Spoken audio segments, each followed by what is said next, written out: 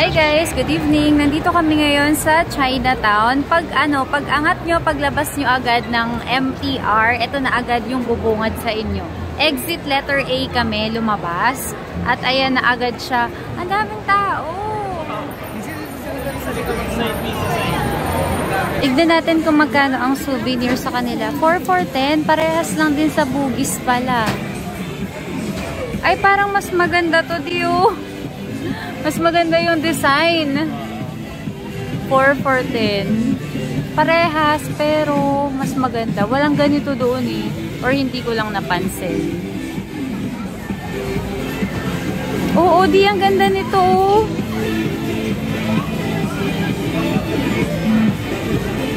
Ang sayang. Ganda. Ganda nito. I love SG. Ito naman, 5 for 10. Gaganda din. Oh. Cute. Ang ganda nito, di. Yan, oh.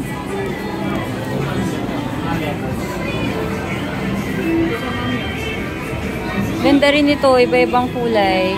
Ito naman, super sale. $1. Meron ding mga nail cutter. Ang cute nito. Ay, yan. Keychain. Ito, tsapa, oh. Itong mga bags na yan, 3 for 10. Marami din pala ditong kainan at inuman. May nadaanan kami kanina, restaurant siya, tapos may mga beer din. Di cereal prawn dito, 17.8. Ang cute ng chopsticks na to, guys, oh. Pambata. Training chopsticks. 1 for 3, 4 for 10. Ang cute niyan. Tapos dito, Zodiac chopsticks pala yun, di. Isa. $1 per pair. Diba, di? Pair? $1 per pair. Example, ito. Horse.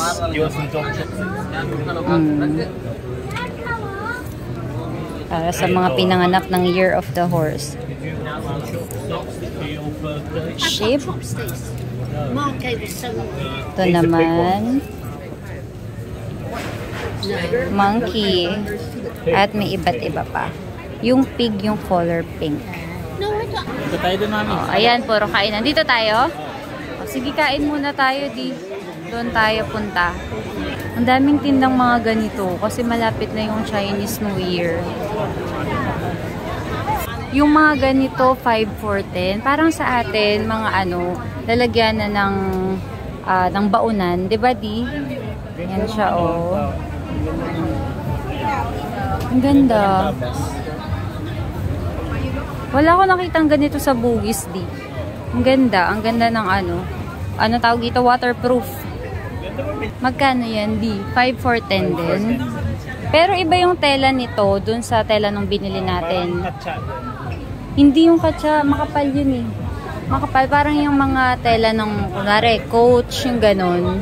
Parang siya, fake na leather. Ito, madulas. Hindi ganyan. Madulas siya eh.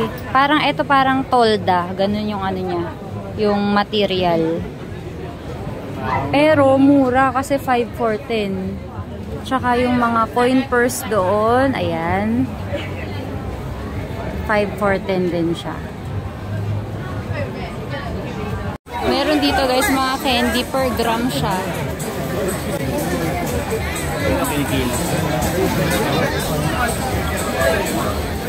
Kala ko din nilalagay sa timba. Hindi kami makalapit eh. Pero ayan, nakikita ko per 500 grams, 12 SGD. Halo-halo siya. Mane. 500 grams, 10 SGD. Di may free taste, oh. Di mag-free taste ka dun. Kuha ka. Tikman mo siya. 10 SGD yan. Ang dami nagtitinda nung dry and salted peanuts. Di masarap pa? Patikim nga ako. Tikman natin yung peanuts nila.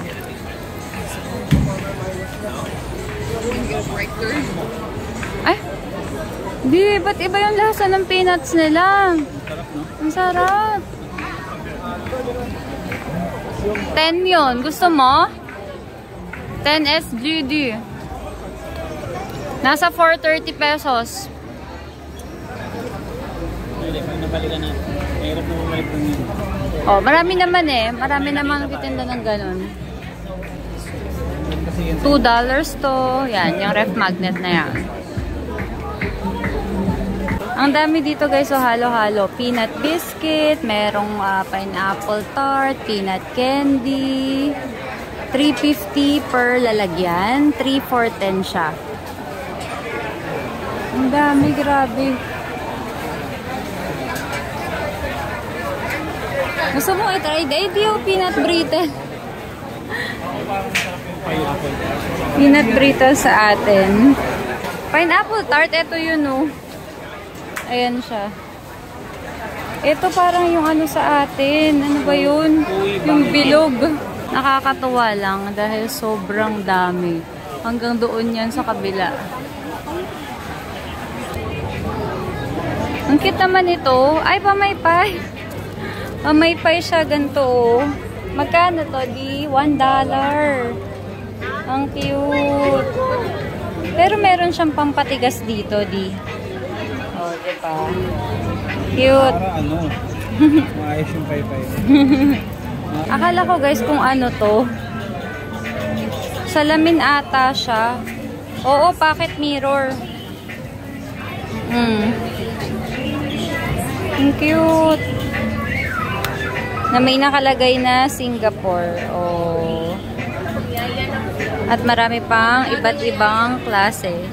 Merong ganito, rectangle. Meron din namang bilog. Di ang cute nito. Bakit?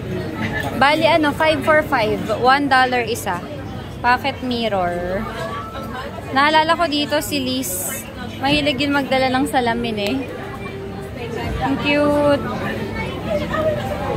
Marami pang iba't ibang designs. Ganda nito. Rectangle. Ang ganda nito. Bagay sa kuko ko. Ang ganda. Ayan. Ganyan siya.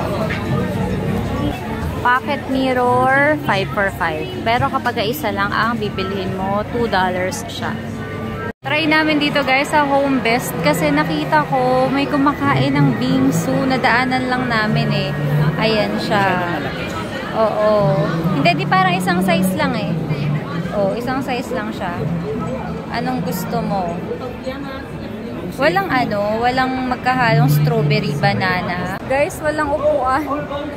Walang available na upuan. Kaya sabi namin, balik na lang kami. Kasi medyo matagal na rin kaming nag-antay. Wala pa din. So, sayang naman yung oras. Ay, di parang may nakita akong ano. Ayun o, candied strawberries ba yan? Parang 9.9. Ito siya o. 9.9. Tanghulo. Kaya lang hindi namin maintindihan kung ano ba siya dyan sa mga yan. Yun kaya yun? 9.9? Dalawa $10. Uy, ang mahal niya sa 9.9 ha. Baka naman 3.5. Itanong muna natin. Wait lang. Bumalik kami dito guys sa bingsu at order na ako. Kasi yung kanina sa strawberry, walang tao, walang bantay. At ayan, orderin ko itong 17.9 E5. Meron din silang liquors dito. Ayan. Ito na guys yung order namin. Ayan, malaki siya. 4 na kutsara nga yung dala ni ate. Good for 4 ata to. Ano yun? Parang may nakatusok. Ah, eto, okay. Gelato yung nasa taas. Tapos ayan, may strawberries. Lika na kainin na natin siya. Ay, yung kutsara niya, hindi yung ang pinso. Ano ba yung ano nito? Yung mahaba? Mas mahaba pa. Masarap na siya kahit hindi natin lagyan ng ano.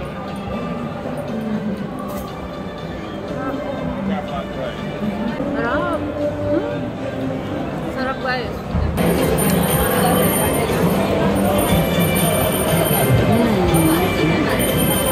Sarap. Good. Eto na siya, guys. Ala-ala na lang. Ala-ala na lang siya. Inom muna ako tubig. May baong kami. Okay, di? Lagi ako nakakakita ng ganito, Bicheng Hiang. Pasok nga tayo, di. Parang madami siyang tinda sa loob. Pero dito sa labas, parang mga jerky. Oh, para siyang mga tosino. Uy, mahal ha. 1 kilo, 60. Up to 72. Kapag naman ay hindi. 600 grams, 36. Yung pinakamura na yun, guys.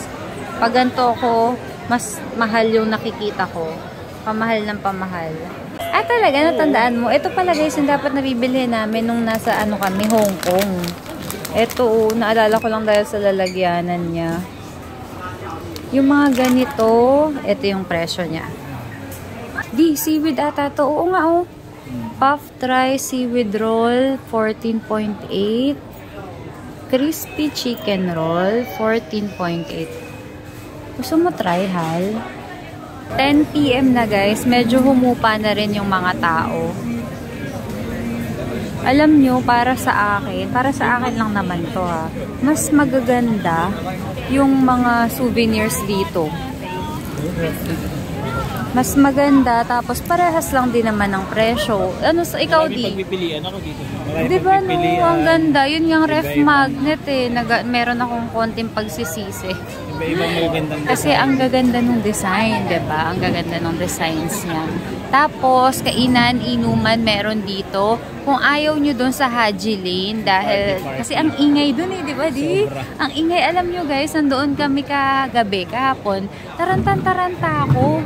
Gusto kasi nga ni Bray mag-inom. Uminom naman siya. Nakahanap kami ng pwesto. Pero yung nahanap namin na yun, papaalis na talaga kami. Dahil taranta na kami sis. Pero ayun, buti na lang may nahanap kami. Kung ayaw nyo nung masyadong maingay, eto, pwede dito. Kasi chill lang siya. Pwede kayong mag-inom, kumain. Kakain kami dito guys sa Thai restaurant, Sawadi.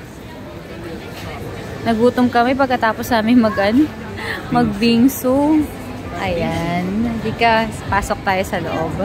Ito na ang food namin. Ito may rice siya. Ito naman chicken barbecue. At may beer si Bray. Chang Classic Beer. Kain na tayo. Tapos na kami guys at pauwi na tayo. Lahat pala ng kinain namin dito ay 48 SGD. Pauwi na kami guys. Pasensya na kanina. Wala kami masyadong naipakita sa inyo dahil sobrang daming tao. Pero ayun nga, ang takeaway ko dito sa Chinatown, maraming kainan at inuman na chill lang. Tapos sa mga souvenirs para sa akin, mas magaganda yung mga designs yung nandito. Yung presyo parehas lang naman sa Bugis. That's all for today. Thank you for watching. Sa ulitin po. Bye!